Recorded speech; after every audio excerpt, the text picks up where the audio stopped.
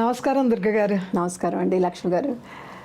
దుర్గ గారు, మీరు అద్భుతమైన మహిళల గురించి చెప్తున్నారండి. మహిళలలో ఆణిముత్యాలు రత్నాలు అనుకోవాలా, సముద్రంలో మనం ఎన్ని తీసుకోవాలనుకుంటే అన్ని అన్నట్టు తీస్తున్నారు. చాలా చాలా సంతోషం అండి. మీరు ఈ మహిళల గురించి ప్రత్యేకంగా ఇంత స్టడీ చేసి అవన్నీ రాసుకొని ప్రిపేర్ అయ్యి ఇలా 10 మందిలో చెప్పాలి అని వస్తున్నారు అంటే చాలా గొప్ప విషయం అండి. ఆ అమ్మవారి అంశగానే అన్నపూర్ణాదేవి గురించి చెప్పారు, సరస్వతీదేవి గురించి చెప్పారు. అమ్మవారి అంశాలు ఉండబట్టేనే వాళ్ళల్లో వాళ్ళు అవి చేయగలరండి. లేకపోతే ఇన్ని వేల కోట్ల ప్రజల్లో ఒక్కళ్ళు అనేవాళ్ళు ఇలా రావాలి అంటే వాళ్ళకి ఎంత భగవత్ అనుగ్రహం ఉండాలి, భగవత్ శక్తి ఉండాలి. అలానే ఆ భగవత్ శక్తి ఉన్న ఒక మహిళల గురించి ఇంకొక మహిళ గురించి చెప్తారా? మనం ఈ రోజున పద్మశ్రీ సింధు తాయి గురించి చెప్పుకుందామమ్మా. పద్మశ్రీ సింధు తాయి. తాయి అంటే అమ్మ. మా పద్మశ్రీ అవార్డు కూడా ఇచ్చారు ఆవిడ చేసిన సేవలకి. ఆవిడకి చిద్రి అని పేరండి. చిన్నప్పుడు చిద్రి అంటే ఇంట్లో 4వ 6వ పిల్ల కాబట్టి చిరిగిపోయిన ముక్క అని చిద్రి అండి. ఛిద్రం అయిపోయిన బట్ట అంటాం కదా. అటు అంత నిరాదరణతో మహారాష్ట్ర. అక్కడ ఇంట్లో ఆఖరి పిల్లగా పుట్టినందుకు ఇంటిని చాలా నిరాదరణకి గురవుతుంది. మొత్తానికి 12 ఏళ్ల వయసులో ఆవిడకన్నా 20 ఏళ్ళు పెద్దన్న వ్యక్తితోటి పెళ్లి చేస్తారు. అబ్బా, ఆ రోజుల్లో ఏమిటండి బాబోయ్. ఆవిడకి పొయ్యి మీద నుంచి పెనంలో పడినట్టుగా మొగుడు దగ్గర అత్తగారి దగ్గర పాపం 12 ఏళ్ల పిల్ల అయినా కూడా 14 ఏళ్ళకి పిల్లలు పుడతారు. 14వ ఏట 16వ ఏట రెండో పిల్ల కూడా పుట్టేటప్పటికి అక్కడ ఆవిడకి అనేక రకాలైన కష్టాలు ఎదురవుతాయి అత్తగారితోటి మొగుడుతోటి. ఆవిడ ఎక్కడ ప్రాబ్లం వస్తుందంటే ఆ ఊర్లో పేడ సేకరించి అడవుల్లో ఆవులు గేదెలవి అమ్ముతూ ఉంటే పిడకలకి ₹1 2 రావాలి వీళ్ళకి. ఆ గ్రామ పెద్ద అడవిలో జంతువుల పేడలు డబ్బులు మీకెందుకు ఇవ్వాలని ఆయనే తీసుకుంటూ ఉంటే ఈవిడ అందరితో కలిసి ఒక ఘెరావ్ స్ట్రైక్ లాగా చేయిస్తుంది. ఆ రోజుల్లోనే ఉద్యమం చేయిస్తుంది ఆవిడ. ఆ 1 పైసా 2 పైసలన్నా మా ఆడవాళ్ళకి రావాలి కదా పిడక్కి అనేసి పాపం. నిజమే కదా. ఆ గ్రామ పెద్దకి ఈవిడ మీద కోపం వచ్చి ఆవిడ కడుపుతో ఉంటుంది 9వ నెల. నీ భార్య కడుపులో ఉన్నది నా పిల్లడే, నువ్వు కాదు తండ్రివి అని గ్రామ పెద్ద మొగుడుతో అనేటప్పటికీ ఈవిడ ఇంటికి వెళ్ళేటప్పటికి ఉగ్ర రూపంలో ఆ 9 నెలల కడుపుతో ఉన్న ఆవిడ్ని ఒక రూమ్లో వేసి కాళ్ళ మీద చేతుల మీద పొట్ట మీద తన్ని ఆవిడ్ని తోసేసి గొడ్ల కొట్టలోకి తోసేస్తాడండి మొగుడు. తోసేసి గొడ్లను విప్పేస్తాడు, అవి తొక్కి ఈవిని చంపేస్తే సరిపోతుంది అనేసి. అటువంటి పరిస్థితిలో ఆ రోజు పాపం ఆవిడకి నొప్పులు వచ్చేసి ఒక పాప పుడుతుంది. ఆ పాపని మమత అనుకుని పేరు పెట్టుకుంటుంది ఆవిడ. బొడ్డుతాడు కొయ్యడానికి కూడా ఎవరూ లేరు. ఒక రాయి తీసుకుని 16 సార్లు ఆ బొడ్డుతాడుని కొట్టి కొట్టి కొట్టి కొట్టి మొత్తానికి బొడ్డుతాడుని విడిపించుకుని ఆకలి ఎవరు పెట్టేవాళ్ళు లేరు. వెళ్తూ ఉంటే అక్కడ ఒక శ్మశానం కనబడుతుంది. లోపలికి వెళ్తే శ్మశానంలో ఇంత గోధుమ పిండి బియ్యం పిండి పెడతారు కదండి. తీసుకుని కష్టపడి ఇలా రొట్టె చేసుకుని చితి ఉంటుంది కదండి, దాని మీద రొట్టె చేసుకుని ఆవిడ తింటే అప్పుడు పాలు వస్తే ఏడుస్తున్న పిల్లకి ఆవిడ పాలు ఇవ్వగలుగుతుంది. ఇవన్నీ యథార్థాలు. ఆవిడ భయంకరమైన యథార్థాలు. అమ్మా బాబోయ్.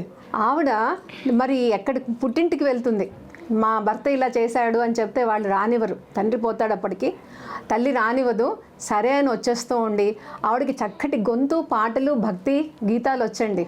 చక్కగా పాడుతూ రైల్వే స్టేషన్లో అక్కడ పాడుతూ బిచ్చం ఎత్తుకుంటూ ఉంటుంది.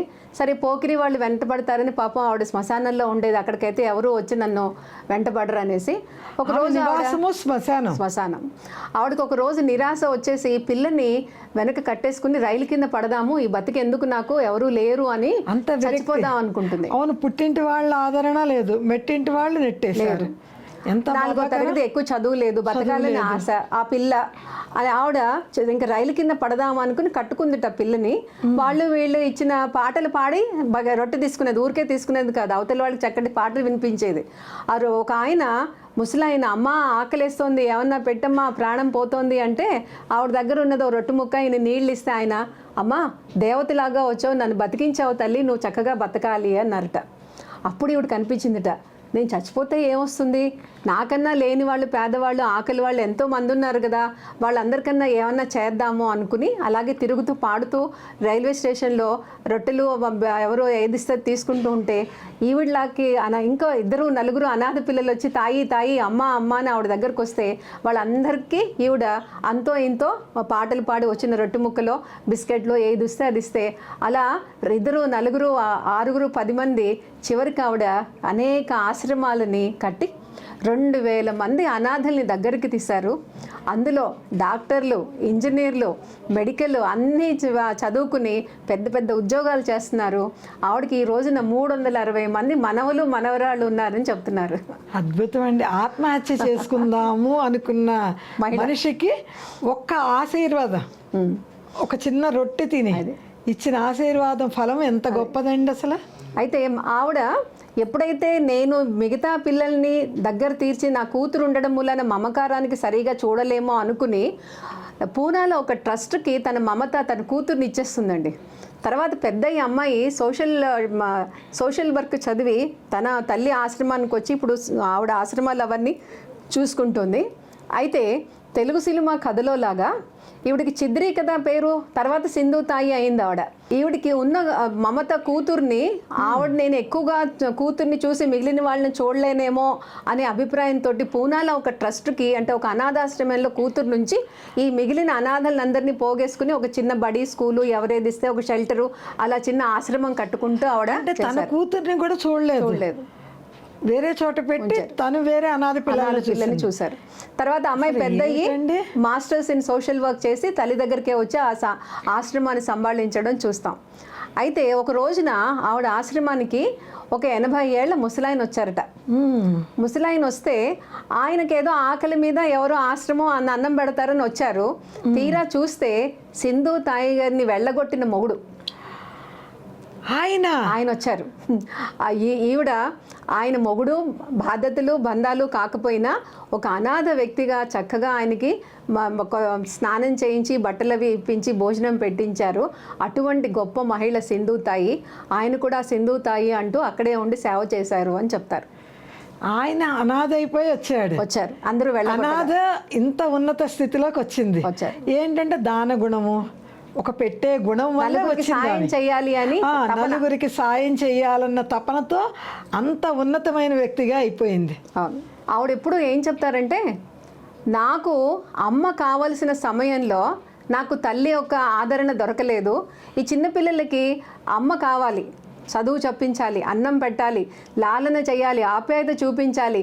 అందుకని ఈ అనాథలందరూ నా పిల్లలు అనేసి అందరినీ హక్కును చేర్చుకుని వాళ్ళకి మంచి చెడులు చెప్పడం, చదువు చెప్పించడం, పాఠశాలలో వేయడం, ఆ ఇచ్చిన డొనేషన్స్ అవి చక్కగా ఆవిడ వెళ్ళి ఎవరైనా పిలిస్తే ఒక సంస్థలో నాకేమీ ఊరికే ఇవ్వనవసరం లేదు, నేను మీకు పాటలు పాడగలను, భక్తి గీతాలు అవి నేను మాట్లాడతాను, దానికి మీరు ఏదైనా సాయం చేయండి, నా పిల్లలందరికీ నేను ఏదైనా ఇస్తాను అని ఆ వచ్చిన డొనేషన్స్ అన్నీ కూడా ఆ పిల్లల చదువులకి వాటికి ఆవిడ ఉపయోగించడం చేశారండి.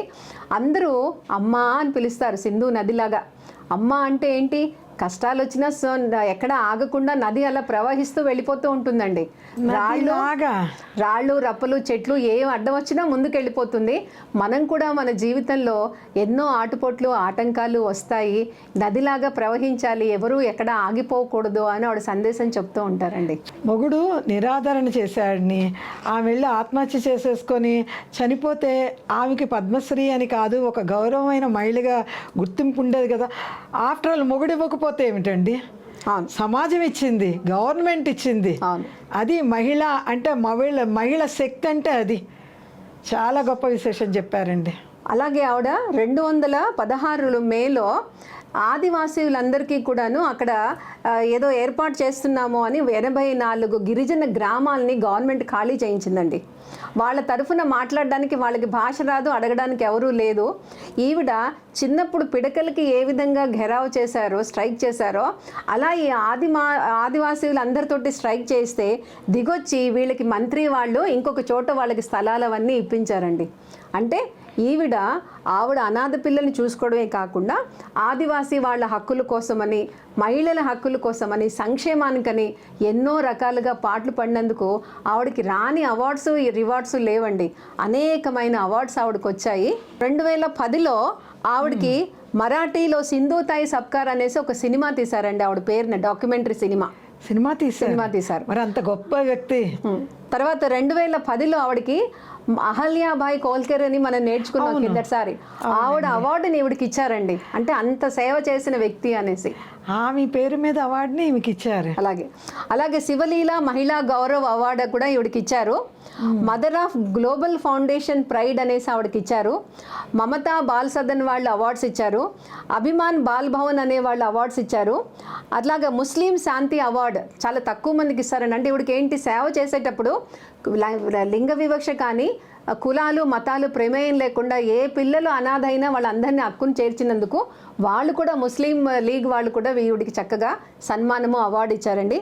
ఇవన్నీ కాక మనకి CNN IBN heroes of the world అని ఉంటుందండి. గొప్ప పనులు చేసిన వాళ్ళకి వాళ్ళు CNN వాళ్ళు ఒక గౌరవం ఇస్తారు. ఆ గౌరవం కూడా సింధూతాయి గారికి దక్కింది. అలాగే 2016లో ఆవిడకి గౌరవ డాక్టరేట్ ఇచ్చారండి. గౌరవ డాక్టరేట్.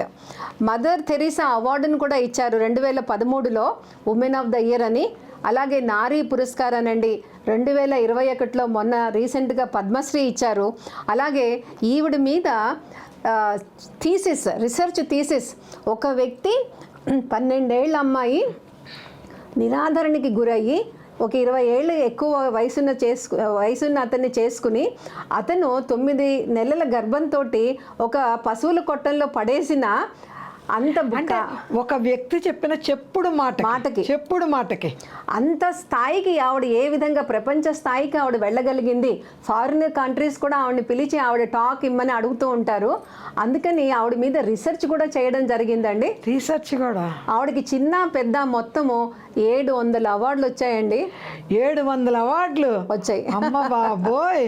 ఆ సింధూతాయి గారు ఒకటే చెప్తారు వినయంగా, నేను ఎందుకు బతికాను అంటే దేవుడు ఏదో ప్రయోజనం ఇచ్చాడు, అందుకని ఎన్ని కష్టాలు వచ్చినా ఏ స్త్రీ కూడా ఎప్పుడూ కూడా నేను ఆత్మహత్య చేసుకుంటానని తలుచుకోకుండా ఉండండి చాలు, మీరు ఏదో ఒక ప్రయోజనాన్ని చేయగలుగుతారు, నేనే చదువులేని దాన్ని పల్లెటూరు దాన్ని చేశానమ్మా అని అందరి మహిళలకి ఆవిడ ధైర్యం ఇస్తారండి. అది సింధూతాయి గారి కథ. అసలు వింటూ ఉంటేనే అసలు పరవశం అయిపోతూ ఉన్నామండి. మహిళ తనకు ఒక బిడ్డ ఉండి నా పిల్ల నేను బతికితే చాలు అనుకోవచ్చు, కానీ అలా కాదే. 2,000 మంది సామాన్యమైన విషయమా అండి?